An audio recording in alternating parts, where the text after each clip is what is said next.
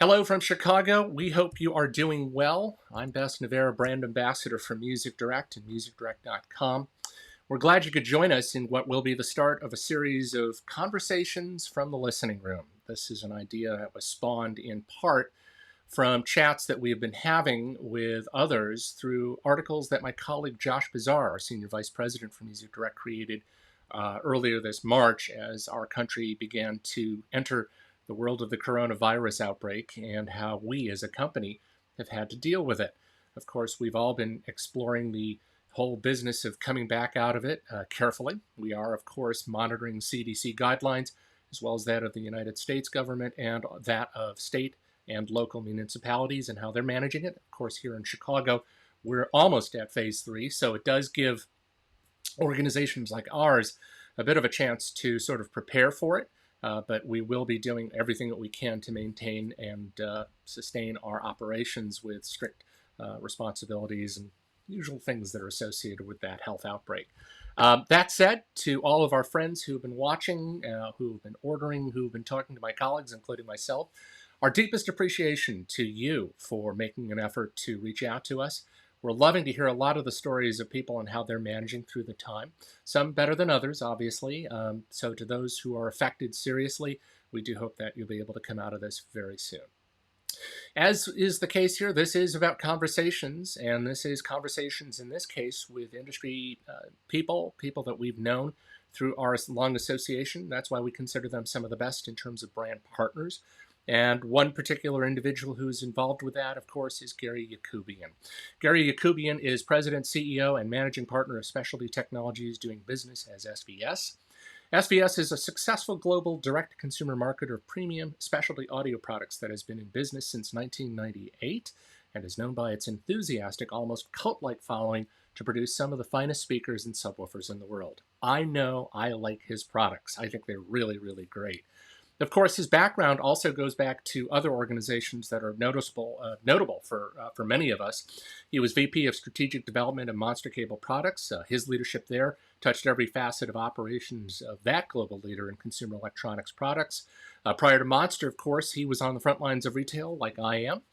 He spent nearly 2 decades alongside the folks over at Meyer Emco Audio Video, a 10-store chain and custom installation designer installer that served the Washington, D.C. and Beltway areas for more than 50 years. So Gary has definitely been there and being able to be a touch point for people like you and I when it comes to the subject of audio. But where Gary is also at his best is in the past several years where he served on the executive board of the Consumer Electronics Association, the organization that holds International CES in Las Vegas. As its past chair, his appointment marked the first time in the association's history that a consumer electronics retail executive had taken a senior leadership position with its board. He is past chair of CEA's Division Executive Board, the governing body of all the association's division, and is currently serving on CEA's Audio Division Board. Gary joins us not only in the role of guest, but in some ways a bit of a commentator as we are sitting here throughout this time. And he joins us via Skype. Gary, how are you?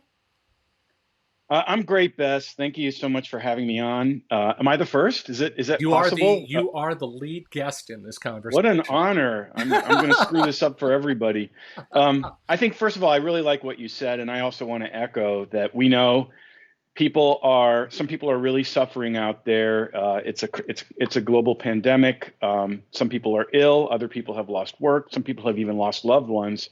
And to all of you, we know you're suffering. This is not in any way tone deaf to that, but the one good thing about it, with all of us being locked down at home, is that we can find new ways to be connected with each other, and that I think is what this is about, Best. So thanks for involving me in it. Greetings to the Music Direct community, which we are so proud to be a part of. Well, it's good to know that, and I'm deeply appreciative of your time with us. I guess I want to start the conversation with the blatantly obvious question of, how is Gary doing? What has Gary been doing during this unusual time for all of us? I know that your company had to make some pretty intense decisions this past March, and as a result, you've built your team, a very outstanding group of people that I've had the pleasure of knowing, including Nick Brown and the others, have all been trying to work from home, or you've been doing Zoom meetings. How has that been for you guys overall? I mean, I'm so proud of our team. They've been phenomenal through this whole thing. It's a weird thing because we are very virtual, so we know how to interact virtually. For example, our company's in Ohio, but I live in DC. Nick, who you mentioned, lives in Rhode Island. Others live in New York. Our product management team is in Nevada, so we're all over the place. But it's very weird to be locked down. I have to say, I joke with friends. This is the longest time I've been at home since I left high school. I'm usually on the road literally every week, so it's a little weird, and I think it's weird for all of us. But I'm so proud of how resilient the team has been. And then we have people in Ohio that are going to work every single day into our facility. We're trying to keep them safe with social distancing and monitoring and testing in every way that we know how. And they are the silent heroes because they have kept the trains running on time throughout all of this since the beginning of March. We locked down right. I came back from my last business trip right at the very beginning of March, and I realized there was something serious going on. It was before all the statewide lockdowns, and we locked down all travel and just tried to create a safe environment for the folks in our supply chain that needed to go to work. It's been weird, but I have to say I've been inspired by our team. Well, that's always important. I think certainly from our experience, as I said earlier, the decision by our president, Jim Davis, to begin the appropriate spreading out of staff, our sales and marketing team are working from home. We've been able to immediately take charge of what to do in these situations. My colleagues who are answering phones as we speak right now have been very outstanding in managing their home base and also taking care of their customers. So it's been a pretty exciting time from our warehouse standpoint. Of course, we've also invoked social distancing. Every warehouse person has been doing a fantastic job in trying to get the message that this is a very important time. It's a very difficult time. It's a crisis. We all need to maintain our health. So it's certainly a cool thing. Getting back to your first time being at home, I'm sure there have been those flooded memories that come through your mind. So I think one of the questions I want to open up with, because I know we talked about a little bit about this before we went to air, is about understanding your role, but also as a human being, Gary Yacoubian. So I want to ask you about your first transformative musical experience, and in doing so, how it correlates to what you've learned even during this pandemic. How has it affected you as a person? Well, I mean, gosh, I could contextualize that almost to before I could speak. My dad was a child prodigy violinist, so he did infuse me and my brother and sister with a love of music literally from before we could talk. I used to I was I can't play an instrument. I play a few, but very poorly. But my little trick when I was 2 years old was they would sort of ask me, which play this song that goes like this, and I could go find the album and put it on the record player and play it. But I don't think that's what you're looking for. So I will say, when I was in sixth grade, I rode my bike. In those days, you used to have to go far away to a good record store. I rode my bike in June of '69 to all the way into DC to get Abbey Road on the first day that it came out. There was a stack all the way up to the top of the counter of LPs of Abbey Road, and by the Beatles, of course.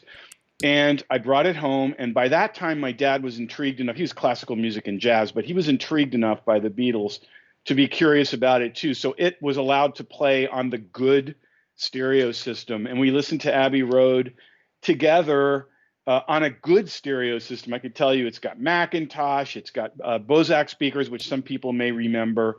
And that was the first moment where amazing music and great sound kind of came together. And I would call it transformative for me. It made me realize this is part of what makes life worth living for me. Well, that's obviously great. But fast forward to recently when you and I chatted, you needed a phonograph needle for your turn. So, yeah, I mean, I have to say, I was my Lynn turntable was a casualty of one of my kids' parties. And the stylus, which was actually a good cartridge in its day, went down. And I talked to Josh from your gang, and we kind of kicked it around and ended up getting a Koetsu Rosewood Standard cartridge. Now, this is a beautiful cartridge for those who aren't familiar. I love Koetsu so much. And so I felt like this was time to do a total refurb on my Lynn table, which is a vintage LP12 with EcoSarm and some other upgrades. So I brought it to a local guy who convinced me to do some other stuff to bring it up to date, and set it up with the Koetsu. And I brought it home, and Josh convinced me that I needed something that you guys have that I was familiar with back in the Meyer Emco days when I was a retailer, because we carried VPI, the 16.5 record cleaner. And he's like, you need this too. And I'm like, okay, why not? And so my totally refurbished Lynn table with a brand new Koetsu cartridge. I have a great preamp, a classic Levinson 26 preamp with moving coil stage, and started refurbing some of my records and listening to them. And I have to say, if there's another good thing about this pandemic besides feeling connected with people virtually, it's my rediscovery of my love of great music played over vinyl. And I have to thank you and Josh and the gang at Music Direct, because I just got lazy. I stopped the whole ritual of listening to vinyl records, and I forgot how special it really is. And it's partially the ritual, but it's also, there's just no replacing that sound. It's just something so special and involving, and it connects you emotionally with music in ways that I guess few other experiences for me other than live music do. Yeah, no, I think, well, first off, obviously, we've got to thank Josh in part for this conversation, because, he is a walking, talking audiophile of the highest order. And he's so passionate, it's contagious. Oh, it's terribly. It's very exciting, actually. I was excited, and it totally delivered. In my near 25 years of working for Music Direct, which is coming up this August, I have to say that of all of the people that I have to work with or enjoy working with, Josh has been the most pleasurable in terms of what we learned from him, and his passion to know audio as his first love, alongside running the business is just definitely aces with me, and I think that's. And I see that with Jim too, and I think there maybe is a little bit of a similarity between SVS and Music Direct, in the sense that because from the very top of the organization, you guys are so passionate about great sound. As you know, Bess, I visited and hung out with your gang multiple times there in Chicago, over there by Wrigley Field, and every time I'm just struck that every single person that I run into, no matter what their role in the company is, they're totally passionate about music and about great sound. And that's really true at SVS too. I will say they come at it at SVS from different places. Some of them come at it more from movies than music, but everybody is super passionate about the content that they love and experiencing it with the best possible sound. Well, that's always been great, and I'm tremendously thrilled that you've been able to give us that testimony.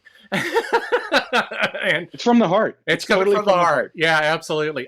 For my part, going back to what you said earlier about what happened when you were restoring your stuff, I admittedly, as an audio professional, consumer electronics professional, or as my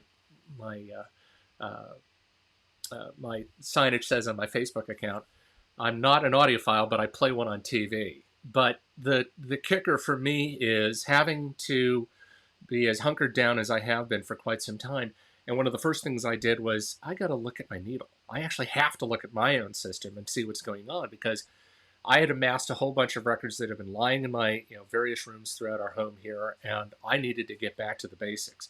That, on top of the fact that our other brand partners like Qobuz and all the manufacturers that do all of our digital streaming products have allowed me to revisit each piece of equipment on a regular basis to see what's going on musically when I'm listening to stuff. And in doing so, it has reinvented my passion for music in a number of different ways. So, going back to my classical library, going back to my jazz library, listening to a lot of progressive rock, listening to the newest rock stuff, even delving into the '80s. Just listening to stuff that has always kept me engaged as a youth. But it is always a wonderful thing. Let's go forward to now to about the business. You mentioned what you're doing to get everything going, but Gary Yacoubian's story, you've had a lot, you've had a great career life, but I guess the real question for me to start out with, because we really never touched on this when we first met, is what made you decide to get involved with a company like SVS? What was your touch point for that? Well, that's kind of a long story, but I'll say this. I didn't find SVS. My two partners found it, who are not involved in the business at all. They found this company where everybody was, at that time when we started, it was essentially just a subwoofer company, although they made phenomenal subwoofers. And it was basically a company that was passionate about great sound, but zero idea how to run a business. And this was almost actually to the day, June 2nd, 2011, was the day I started at SVS, so 9 years ago.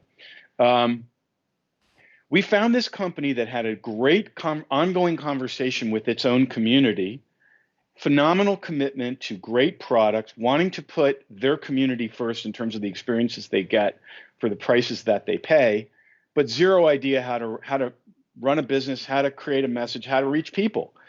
And my partners found me. They knew me. I have a lot of connections in our industry after being in it so long. And they basically said, Gary, you love great sound. You're passionate about it, and you know how to run a business, and these guys need some help. And so we put that deal together, I guess, and I was made president. I just call myself president of the company, but my official title is president, CEO, and managing partner. And everyone who was there is still here when we joined up, and they just needed a little bit of, I don't know, it's like herding cats with audiophiles, right? We just needed to get ourselves organized, get our messaging a little bit more cohesive, and bring in some expertise from the product design space. We brought in some expert speaker designers that were just as passionate about great sound as the existing folks were, and as I am. And lo and behold, we became the number one branded subwoofer in the world, the most searched for subwoofer in the world by far. And now we're in the top 5 searched for speakers in the world. Speakers are actually the fastest growing part of what we do. So, and that's all about a commitment that never changed to really bring in really great sound to more people by having inclusive prices. We don't have super crazy expensive prices, and we try to bring the closest to reference experience we possibly can to more people than has been possible before. Well, That's the vision. That's a great vision, and I'm loving how it has morphed over the years. You certainly have had such a successful footprint in it, which brings us to how Music Direct and SVS have become involved. The recent visit, as you indicated at the onset, was the result of your company's aims to expand its product base to retail markets, including us. We're certainly proud of the relationship because we've been turning a number of your products on a regular basis. And I think that's telling of the support, certainly the fanaticism that you said earlier, or that we talked about earlier, about the line. Let me ask you a couple of questions if we can. We're going back to the business of running the company.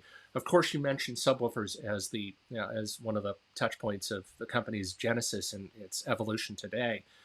In looking at other manufacturers, they kind of keep it simple. They have just a core line of subwoofers. Yours is quite possibly one of the biggest libraries of subwoofers that's available. And for some people who have never shopped for a subwoofer, for people who are looking for something of value in why a subwoofer is needed, what makes your subwoofer so different from all the others in the pack?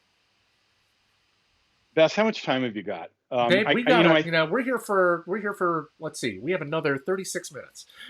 I'm gonna, I'm gonna. What I would say is, first of all, speakers are interesting because speakers are. You have to design a speaker correctly. Speakers have to be accurate. They have to. There's a lot of ways you can objectively define what a speaker should do, but in the end of the day, so speakers really do boil down to the personal taste and preferences of the listener. Um, if somebody decides they love the sound of their speaker, no one can tell them they're wrong, and it would be unfair to tell someone they're wrong.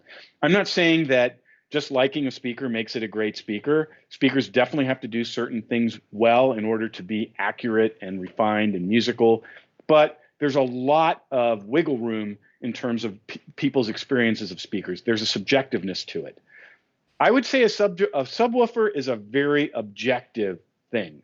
A subwoofer, I don't care what the brand is, and I would say this can be a useful tool no matter what brand the person is considering for subwoofer.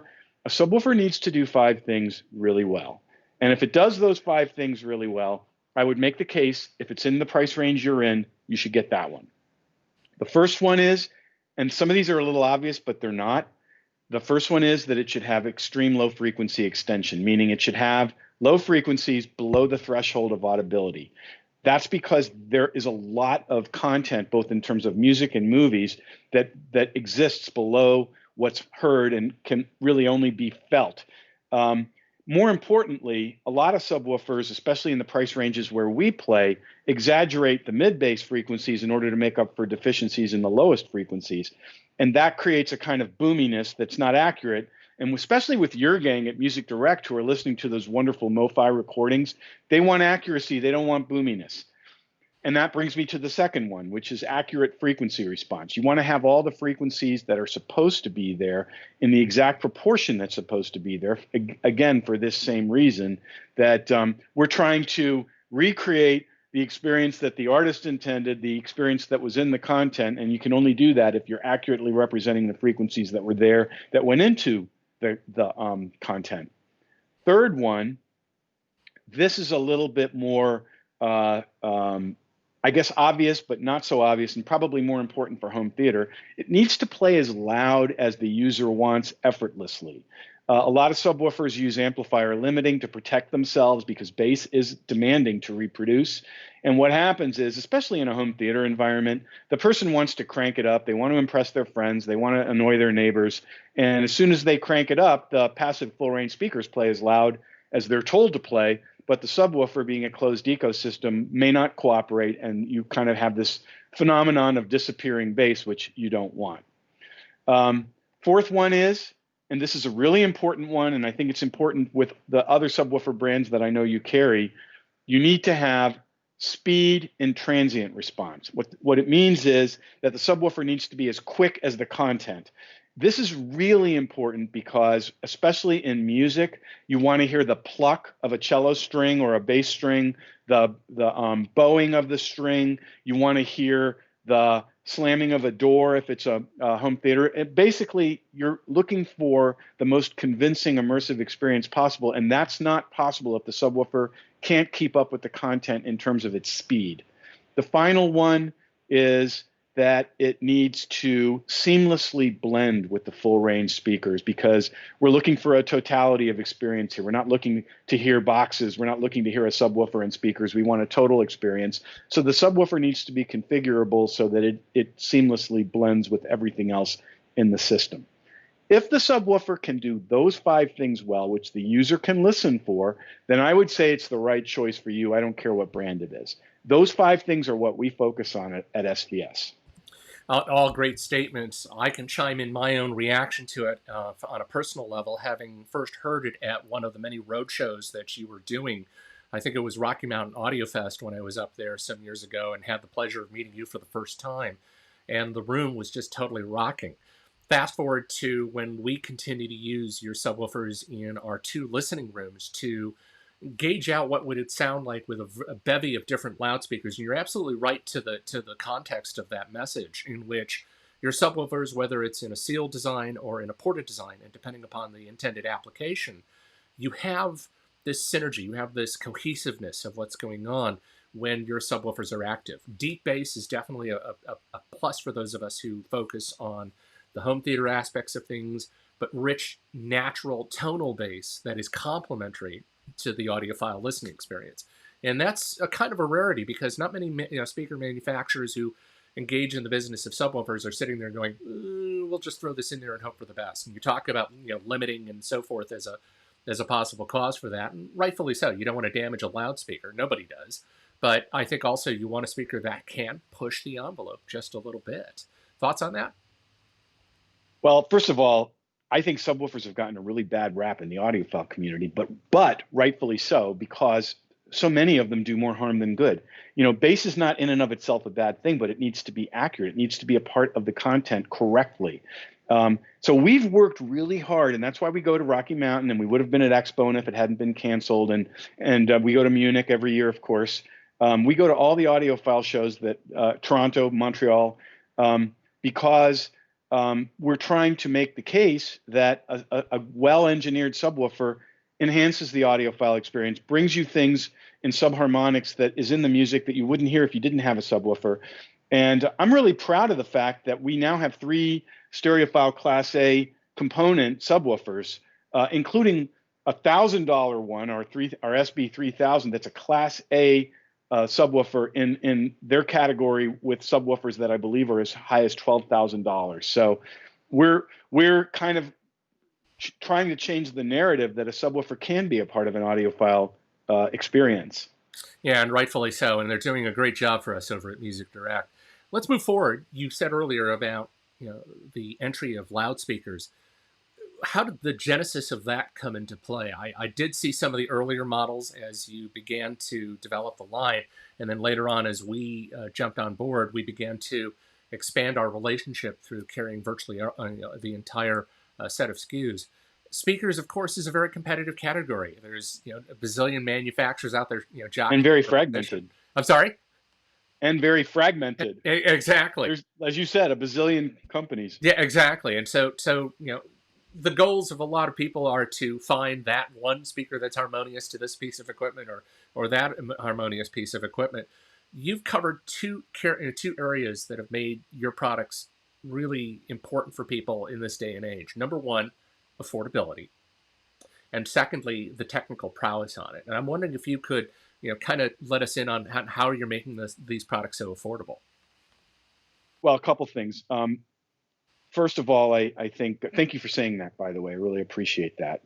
We wanted to be, and we are, an audio company, a sound company. We want to be a company dedicated to great sound. We didn't want to have boundaries. That said, and you know this best from all your years in our industry, the audio road is littered with the bodies of subwoofer companies that tried to get into the speaker business. So why is that? Well, I think it's because they brought people. They basically said, well, you know how to make a great subwoofer. They went to their subwoofer engineers and said, now make us a great speaker. And of course, engineers always think they have no limitations, but in fact, they do. So we went out and found a great brain trust of engineering, of people who were very, very successful in speaker design. And I think our secret sauce is 2 primary things. Number one, most speaker companies have either passion or expertise, but they don't necessarily combine the 2. Expertise meaning they've got engineers and all kinds of tech resources to create whatever they want, but they don't have a passion to create great sound experiences for their users. They're sort of they sort of believe the general audio industry's supposition that no one cares about great sound anymore, which I think Music Direct is a huge argument against that idea. We think everyone loves, or 2/3 of humanity loves, great sound. They just need it to be presented to them in a way that they might want to have it in their living space. Then there's a whole lot of boutique companies that can't really afford the resources to create great sound, but they have the passion for it. So, my old joke was, they're sitting in their garage, they take a sip of beer, they solder a crossover component, but they don't really have the rigor to create a great sound experience as much as they love great sound. SVS, we have expertise. I'm blessed with some of the greatest engineers in the world of acoustics. but they're with us because they're passionate about creating great sound. In many cases, I won't name names, they were frustrated with their inability to create products that really delivered great sound to their customer base or their user base. As far as the affordability, listen, we make great sound the number one priority for every product we make. Every product we make, form follows function, and we're dedicated to great sound. And without getting too businessy, we are a lean machine, and we don't, I hate to say this, we're not reinventing the laws of physics. We don't have necessarily the margins of some of the other audio companies. We're trying to bring a world-class experience to more people, and hoping that if more people sign on for those experiences, that in and of itself will be the win, and not necessarily big fat margins. And that's been our vision all along, and it's been good for us because our inclusive pricing makes our products possible for lots more people than the traditional paradigm of what an audiophile is. Yeah, and I think that's also at the heart of what I see whenever we get our shipments of SVS speakers and subwoofers, and of late electronics. Yep. There have been those moments where when you take it out of the box and you fire it up and you want to be able to listen to it, and of course break in and so on and so forth. What is it for us to be able to convey those kinds of thoughts that you've just brought to the table on the building of the product, the cost to produce, the teamwork that goes on with that sort of thing. Um, then let's look at it from this different perspective. You've already mentioned some things that I actually wanted to ask you earlier, but let me see if I can synthesize this in your comment here. I'm curious if you also have a hands-on in terms of some semblance of the design. Do you actually go into your listening rooms and go, that works, that kind of thing? Is it a team approach in terms of the product development phase of what's going on with a loudspeaker? It's so much fun. It's so much fun. I love being involved in making great sounding products. It totally ignites my passion. I do think that's one separating thing from some other speaker companies. You don't necessarily see a CEO sitting in listening rooms with the engineers. It's not me saying I like this or I don't like that. It's very collaborative. It's not top down, but I'm in there and I'm with them from the beginning, from ideation, from what the product could be, all the way until it's finalized. I'm with them every step of the way. We do work collaboratively. We talk about what we're hearing. We talk about what we want to create, but I'm deep involved in that. Absolutely. I will not take credit because we are totally a team. It's very collaborative, but I'm deep involved in it. And I don't know that most speaker company CEOs are, at least at the size that we're at now, are as involved in how their products sound. And I'm proud of that. Yeah, I think so. It shows in a lot of the conversations I have with many of your team members, having allowed our relationship to mature even more so to the point where we are now, able to have these really nice conversations instead of, are we turning numbers? Are we doing this? Are we focused on what it is that's going on in terms of the story of SVS and how is it correlating to our product mixes? Instead, we're just moving speakers, making people very happy, making sure they're comfortable with what it is that he or she is buying. Another question I want to ask you is,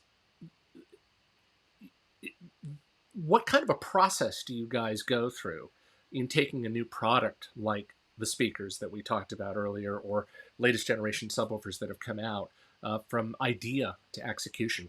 What kind of thought process is going on when you're chit-chatting with the team? So we're thinking, as any good company does, we're thinking 5-6 years down the road all the time. And 5 years down the road, 6 years down the road, it's just an idea. And we're kicking that idea around. We're talking, and a lot of times we're talking about what is not out there in the world. We don't want to make, here's the SVS version of this. Now you got one from SVS. We don't want that. We don't want a Me Too product. So we're looking and saying, what's not out there? What's missing in the world of great sound that we can complete? We can do something that's completely disruptive and different. We keep shaping that idea, and as it becomes something that we can imagine as a product, then the more granular ideation occurs. At a certain point, our designers then go to their computers. We have very sophisticated design software, and they start modeling things. And they're really good at modeling a product almost to the point that you could create a prototype. And we talk about then those conceptual models and look at them and think about them. Sometimes we make non-working things that we can look at and feel and decide how it would be in somebody's home. And when we finally get to the place, and it's usually 2 to 2.5 years out from bringing it to market, we start making prototypes. And that's when the magic of creating a speaker design really happens, because you create the prototype, you bring it into an anechoic chamber, you tweak it to the point that it's flat in an anechoic chamber. An anechoic chamber, as you know, is basically a room where reflections have been as eliminated as possible, so you can just hear the speaker in all its glory without the room really affecting it. Then we wheel it into calibrated listening rooms where we listen to it, talk about what we're hearing, because a speaker that's flat in an anechoic chamber still ain't done. You need to be able to listen to it. You need to measure it in a real world environment, but you need to really spend time experiencing it emotionally and talking about what you're hearing, tweaking it in the listening room, then bringing it back into the anechoic chamber. It's a very iterative process, because you're going to make changes to it based on what happens in the real world, both in terms of what you measure and what you hear. And then you're going to go back to the anechoic chamber and make sure that in theory it's still doing what it's supposed to do. You keep going back and forth. It's very painstaking, but at the end of the day, you get a product that is musical, but also accurate, that is involving, that measures well, but most importantly, brings you into the experience emotionally and creates what hopefully the artist, the director, the producer intended. That's really the vision. And those are excellent visions, no question about it. I think that the process with any good speaker manufacturer is to do everything that you've done, but you do it with such a wonderful, lively spirit, and I think that's really more important as opposed to the usual science of sound. But we shouldn't discount that. I think that your team of engineers have been. We have both. Yeah, you're both okay. I mean, there's a lot of science going on. We have acoustical engineers, we have mechanical engineers, we have electrical engineers that we work with. There's plenty of science, there's plenty of resources, plenty of measurement.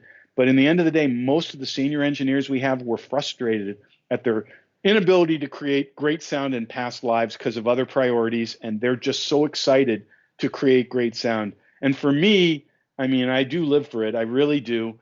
It works well with our vision. We want to create great experiences for our community, and we feel like if we do that we don't, as you point out, we don't worry too much about how many boxes move out of our warehouse. We just worry about creating great experiences for our community, and then good things happen. Great. That's absolutely correct. So now it's time to play devil's advocate.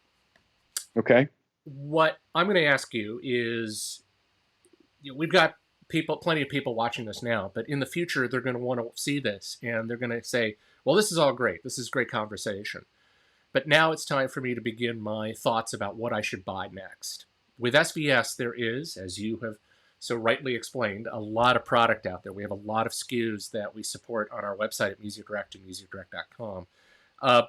If I were to paint a picture for you of, let's say, 3, 4 typical customers, 3 people who, like me, love their music but don't know where to go next. So let's start with the urban audience, the apartment dwellers, the studio kind of guy or gal who's putting together their very first system, for the first time.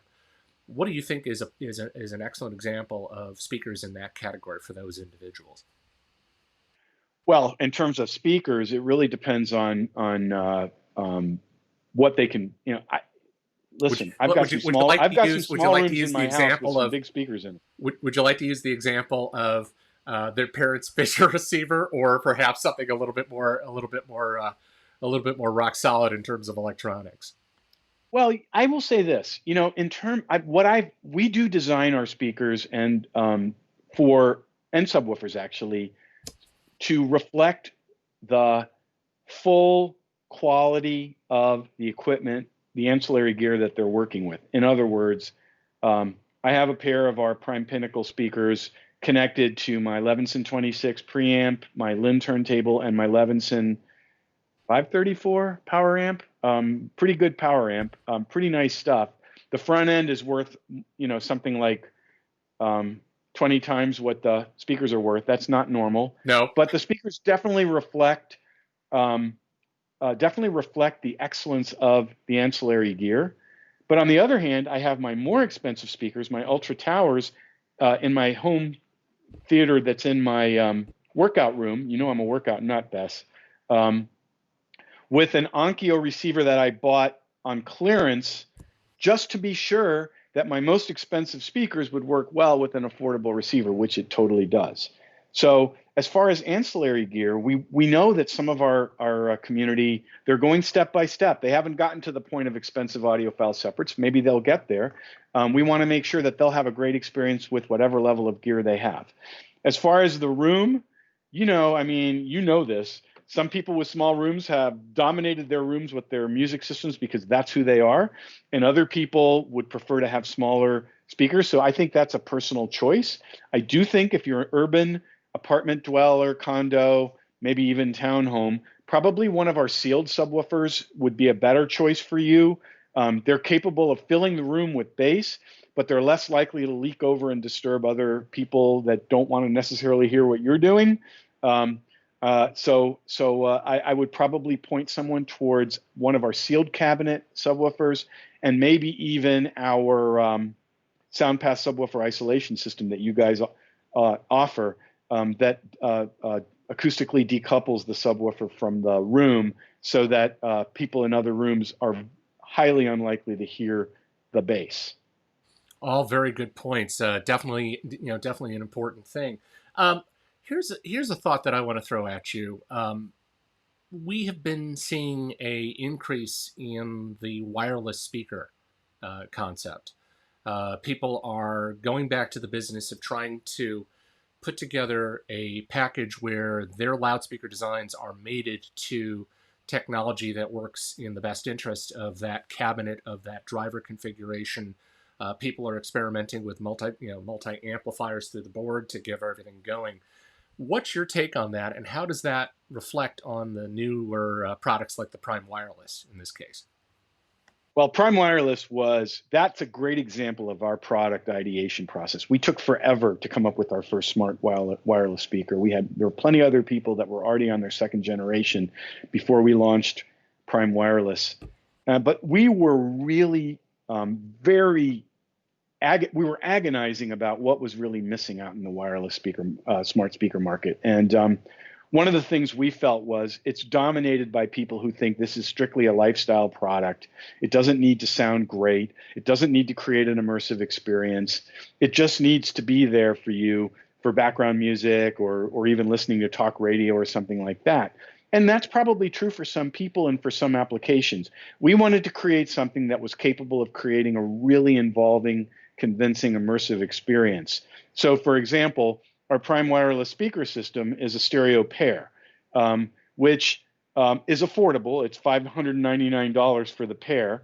It's fully digitally configured, 4x 50-watt amplifier, and because you can connect with it via Bluetooth, but Bluetooth, as you know, Bess, is compressed, and so it's not perfect sound. We wanted it to be configurable to work via your home's Wi-Fi network, and we wanted it to be able to take high-resolution audio files, such as what you would get from Qobuz or Tidal or now Amazon's high-res service, and we wanted it to be transmitted over Wi-Fi to the speakers so that you would literally hear a full-on high-res experience through your smart wireless speakers. And we really, I think, changed the conversation about what people are expecting from that category of speakers with Prime Wireless. We also have our Prime Wireless sound base that takes that same capability, but puts it in a component. As you point out, we have electronic components now. Same set of smarts, Bluetooth connectivity, Wi-Fi connectivity, high res, but with a 2 times 150 watt amplifier or a line level output, so it could be a source in your 2-channel system, and basically will turn any pair of speakers into a smart wireless zone, or take your existing 2-channel system or home theater system and make it be a source that makes that system a smart wireless zone. Well, that's terrific. That to me was a different twist on what was going on in that space. And that's what we try to do at SVS. Absolutely. You touched on this earlier, but I want to expand on this a little bit better. Some speaker designers that I've talked to over the years have basically tried to point out the characteristics of a good bookshelf speaker versus a tower speaker. And there have been one or two instances where I just flat out asked them during some of our sales training and behind the scenes chit chat, which one do you like? Do you like the floor standard? Do you like the bookshelf? I mean, for a company like yours with all so many little things, there must be kind of like that favorite for you, that one pair of speakers that over the years really meant something to you in terms of good feel, good structure. It'll play well with just about everything you throw a stick at. You make mention of your speakers in your main system. Is that kind of the state of things like that today? Yeah, I mean, it's pretty, first of all, designers always like the last thing they did. I'm not a designer, but I definitely like the last thing we did, which was Prime Pinnacle. But I also think Prime Pinnacle really changed the conversation about SVS a lot. I think it's by far our most award-winning speaker. It's won awards all over the world. It really surprised people with what's possible. As you know, it's $1,600 a pair, tower speaker. It's extremely refined and accurate, but it's also very dynamic. It's as musical of a speaker as I've ever heard anywhere near that price. And it is in my main system, hooked up with some really nice ancillary gear, and it just sounds so sweet. So it's my current favorite, I have to say. I'm really in love with Prime Pinnacle, and it's won so many awards that I think a lot of people around the world have embraced it as well. That's wonderful. We know about your VTA in the industry, most notably with your work with the CEA, or as it's now known as the CTA, not to be confused with the Chicago Transit Authority. Right. But as an observer and as a willing participant to discuss this with industry partners and brothers and sisters who deal with this every day, I bet a lot of them are thinking to themselves, what are we going to do as the weeks and months move ahead? So if you could, and again, I'll understand if there's a sensitivity to this, what do you see as a industry whole for everything from the smaller retailers to companies like ourselves, which I'm happy to say, knock on wood, that we're surviving quite nicely, and to the manufacturers who have seen this? There's definitely a difference in terms of what is expected in the engagement of it. Manufacturers have been delaying bringing products to market. They were expected to be shown at events like Axpona to really sort of push the envelope and bring more equipment to market. Do you see that as sort of a little bit of a cog in the wheel problem, or do you see a good fortune-telling future in all of that? Listen, we have to get back together in the same physical space at some point. We can't function this way forever. It's not sustainable. Mm-hmm. But people are suffering. People are dying. My mom is 90 years old. All of us have stayed away from her physically. We bring groceries to her doorstep. It's not a sustainable situation, but it's a necessary situation. It has definitely caused us to reevaluate a lot of things. First of all, we are reevaluating how we engage people. I mean, we do these virtual audiophile happy hours that are attended by more than 10,000 people. We do them every other week, and people like them. And I don't think we're going to stop doing that. I think engaging people virtually. I know people are really tired of Zoom meetings, but Zoom has shown me some cool things. I think a combination of Zooming with people and seeing them physically is a great thing. In the end of the day, people need to experience these products live. We need these shows. We need Axpona. Munich really broke my heart. That was really early when they announced. They were right, obviously. It was a May show. Mm-hmm. But it totally broke my heart when it was canceled, because Munich is so important to us. We engage people all over the world and talk about great sound.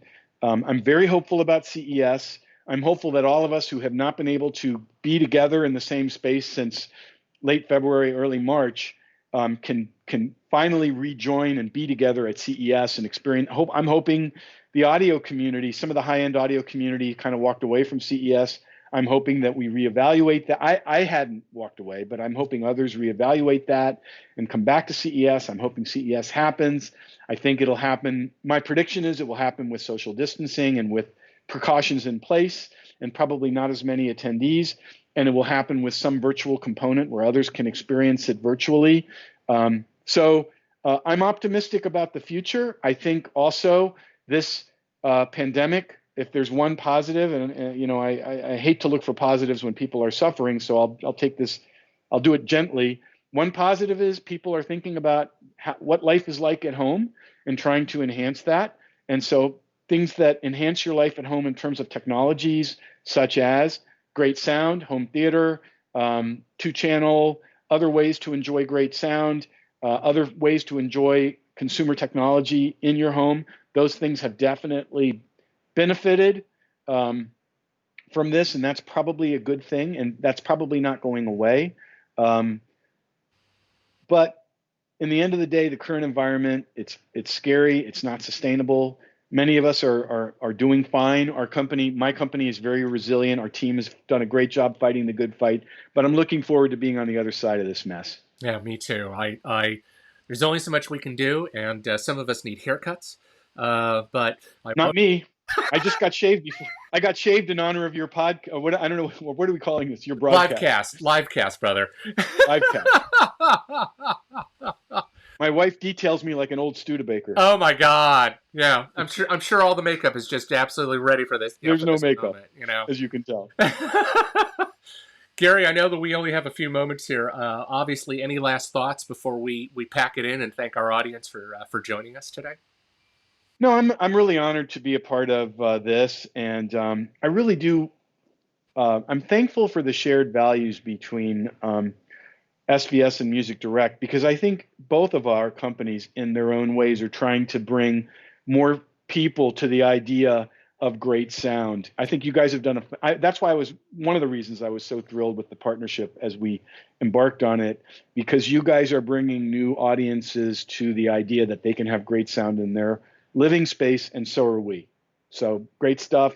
Glad to be a part of the Music Direct family. Thank you so much. I know you have plenty of things to do today. I do hope that you and your family are safe.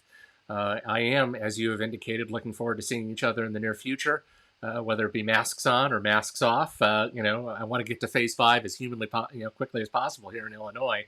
But for you and your team in Maryland, in Ohio, and wherever they all are, it's important that we all stay together and stay healthy between now and when it's safe to do so at this point.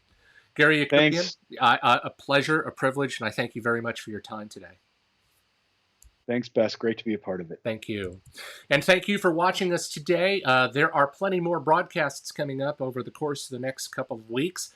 Please visit our Facebook page for information on the guests and the timeframes that are coming up, including tomorrow's broadcast with Todd from Mark Levinson.